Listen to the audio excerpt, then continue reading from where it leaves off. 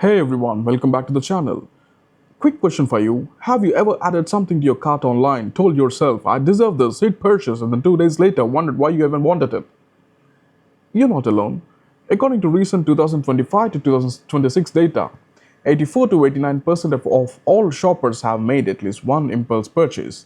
The average person drops between $150 and $282 every single month on stuff they never planned to buy. That's over $3,000 a year for many of us, and in e-commerce, a whopping 40% of all spending is completely unplanned. Today, we are diving deep into psychology of why our brains betray us in the checkout aisle or at 11 p.m. on Amazon, and more importantly, the practical evidence-based fixes that actually works to stop it. If you're tired of watching your money disappear on things you don't even use, stick around. By the end of this video, you'll have a complete toolkit to rewire your spending habits for good. If you're new here, hit that subscribe button and turn on notifications because we drop personal finance and investing content every week that's designed to actually move the needle on your money. Let's get onto it. Let's get into it. First things first, let's define it clearly. Impulse spending is any unplanned purchase driven by a sudden urge rather than a deliberate decision. It's not the same as compulsive buying disorder, which is more extreme and often requires professional help, but it lives on the same spectrum.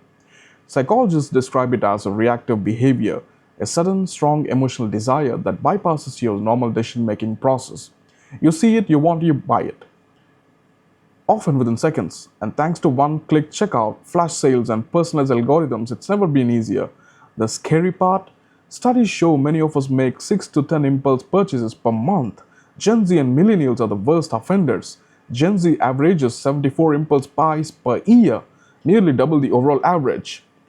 Here's what, here's where it gets fascinating and a little scary. The science boils down to your brain's ancient reward system hijack your modern wallet. The star of the show is dopamine, often called the feel-good chemical, but it's really the anticipation chemical. When you see something desirable, that new gadget, those shoes, the limited edition, whatever, your brain releases a surge of dopamine in the nucleus accumbens, the reward center. This creates excitement and pleasure before you even own the item. Research shows the anticipation spike is often stronger than the actual pleasure of receiving the product. That's why unboxing videos and package arriving tomorrow notifications feel so addictive. One study found 76% of Americans get more excited about online purchases arriving in the mail than buying something in store. This ties directly into instant gratification. Your limbic system, the emotional primitive part of your brain, screams, buy now for quick pleasure, while your prefrontal cortex, the rational planner, gets overpowered. When you're stressed, tired, bored, or scrolling at night, the rational part is already depleted, making impulse buying almost automatic. Add in powerful cognitive biases, scarcity and FOMO. Only two left, or flash sale ends in 3 hours. Triggers urgency and loss aversion. Our brain hates missing out more than they love gaining something. Emotional triggers. 80% of people make comfort purchases when stressed, sad, or bored. Retail therapy isn't just a joke, it's a real dopamine seeking behavior. Social proof and comparison. Seeing influencers or friends with the latest thing activates envy and the desire to keep up. One click checkout effect. Cornell research showed that removing friction increases spending by 28.5%, purchase frequency by 43%, and items bought by 36%. Online shopping supercharges all of this. Endless scrolling, personalized recommendations, targeted ads, and TikTok-style short videos create what some researchers call TikTok brain, constant arousal and weakened self-control. In physical stores, it's sensory overload, smells, lighting, product placement, and those strategically placed checkout temptations that account for a huge chunk of impulse buys. Your brain isn't broken, it's doing exactly what evolution designed it to do.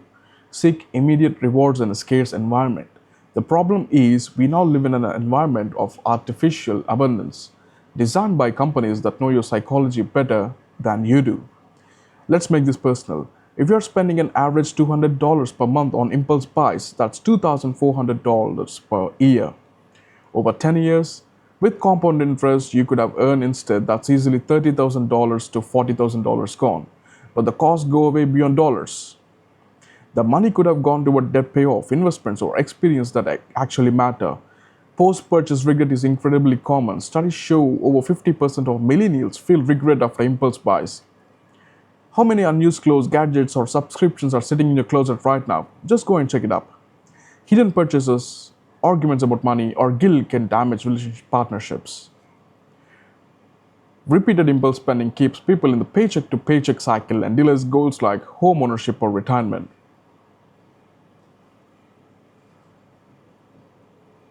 I have heard from viewers who realize their harmless little treats added up to enough for a down payment on a car or a vacation with zero debt. Let's get specific. You can spot them in your own life.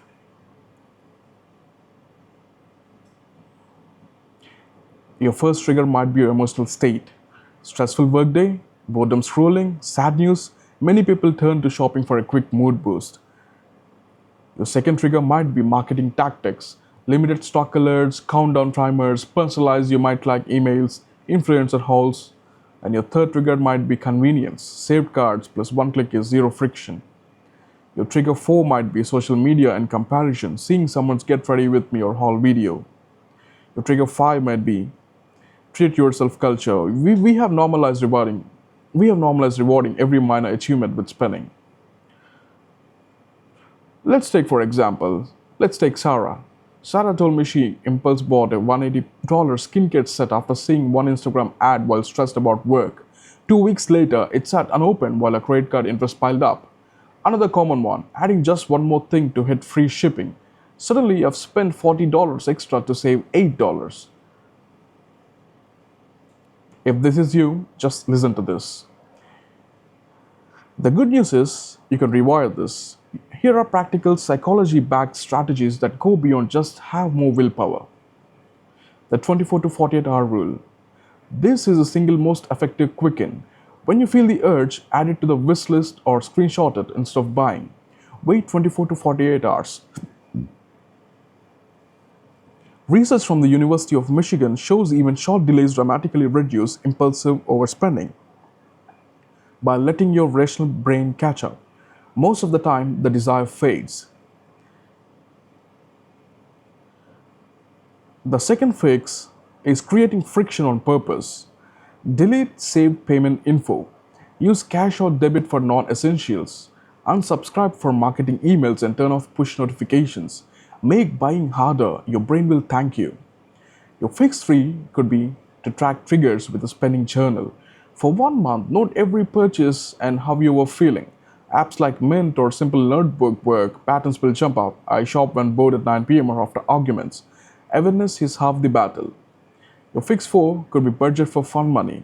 Give yourself permission to spend within limits. Allocate a set no guilt amount each month for treats. This satisfies the reward seeking part of your brain without derailing everything else. Pay yourself first, then live on the rest. Your fix 5 is the want versus need 30-day list. Keep a running list of things you want. Review it after 30 days. If you still want it and it fits the budget, buy it. This kills the instant gratification loop and often reveals how fleeting most desires are. Your fix 6 is replace the dopamine hit. Find non-spending alternatives that give similar rewards. Exercise, calling a friend, a walk outside, a hobby, or even a free dopamine menu is a list of cheap thrills. One viewer replaced late night scrolling with reading friction, saved hundreds and felt better. Your fix 7 could be use pre-commitment devices. Set hard rules like no online shopping after 8 p.m. or freeze your credit cards in eyes. Apps that block retail sites during certain hours can help. Behavioral economics loves this because they lock in good decisions before temptation hits. Your fix 8 could be mindfulness and financial cleanses. Practice pausing before checkout. Ask, do I need this? Will this matter in 30 days? A short spending ban resets your brain and reveals how much you are spending unconsciously. Group cognitive behavioral approach have strong evidence for reducing compulsive patterns. For deeper issues, consider talking to a financial therapist or joining a separate group. Compulsive buying responds well to CPT-style interventions. For Chapter 6, building long-term habits and mindset shifts. The real secret isn't perfection, it's progress and systems. Shift from a scarcity mindset to abundance. Automate your money. Savings transfers, investment bills. The less you see in checking, the less available for impulse. Review progress monthly. Celebrate wins without spending. Teach these habits to kids or share with a partner for accountability. Remember, every time you resist on impulse buy, you're strengthening your prefrontal cortex and weakening the automatic dopamine loop. It gets easier. So we have covered a lot today: the dopamine-driven psychology that makes impulse spending feel irresistible, the massive hidden costs, the everyday triggers, and 8 powerful fixes you can start using immediately. The truth is, companies spend billions engineering your brain to spend, but now you know the game and you have the tools to win it. Start with just one fix this week, maybe the 24-hour rule or deleting safeguards. Small changes compound into massive financial freedom. Drop your biggest impulse spending trigger in the comments. Let's support each other. If this video helped, give it a thumbs up. Share it with someone who needs it. And subscribe for more no fluff personal finance strategies that actually work in 2026. Next week, we are talking about building a bulletproof emergency fund even when life feels chaotic. I'll see you there. Thanks for watching. Now go protect your money. You've got this.